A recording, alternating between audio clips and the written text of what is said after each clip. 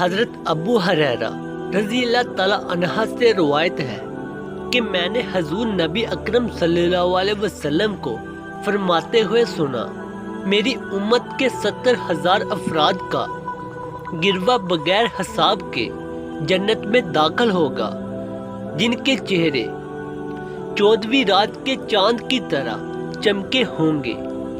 حضرت ابو ہریرہ رضی اللہ تعالی عنہ فرماتے ہیں، عکاشہ بن محسن نے اپنی اون کی چادر کو بلند کرتے ہوئے کھڑے ہو کر عرض کیا، یا رسول اللہ، آپ اللہ تعالیٰ سے دعا کیجئے کہ وہ مجھے ان میں شامل فرما لے۔ آپ صلی اللہ علیہ وسلم نے فرمایا، اے اللہ، اس کو ان میں شامل فرما۔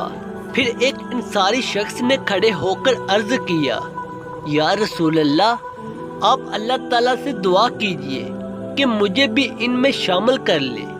آپ صلی اللہ علیہ وسلم نے فرمایا، عکاشہ، تجھ پر سبقت لے گیا ہے جمعے کی فضیلت۔ نبی کریم صلی اللہ علیہ وسلم نے فرمایا، جو شخص جمعے کے دن غسل کرے اور خوب اچھی طرح پاکی حاصل کرے اور تیل استعمال کرے یا گھر میں جو خوشبو مصر ہو استعمال کرے، پھر نماز جمعے کے لیے نکلے اور مسجد میں پہنچ کر 2 آدمیوں کے درمیان نہ گھسے، پھر جتنی ہو سکے نفل نماز پڑھے، اور جب امام خطبہ شروع کرے تو خاموش سنتا رہے، تو اس کے اس جمعے سے لے کر دوسرے جمعے تک سارے گناہ معاف کر دیے جاتے ہیں۔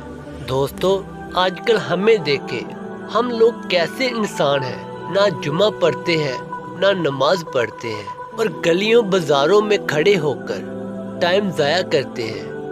نماز ہو رہی ہے، ہم اپنی گپ شپ میں لگے ہوئے ہیں، جمعہ ہو رہا ہے، ہم ٹائم پاس کر رہے ہیں۔ ڈریں، اس وقت سے ڈریں جب اللہ حساب لے گا، تو ہم اللہ تعالیٰ کو کیا جواب دیں گے کہ ہم کیا کرتے تھے۔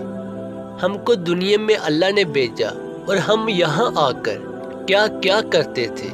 دعا ہے کہ اللہ تعالیٰ ہم سب کو اس پر عمل کرنے کی توفیق عطا فرمائے۔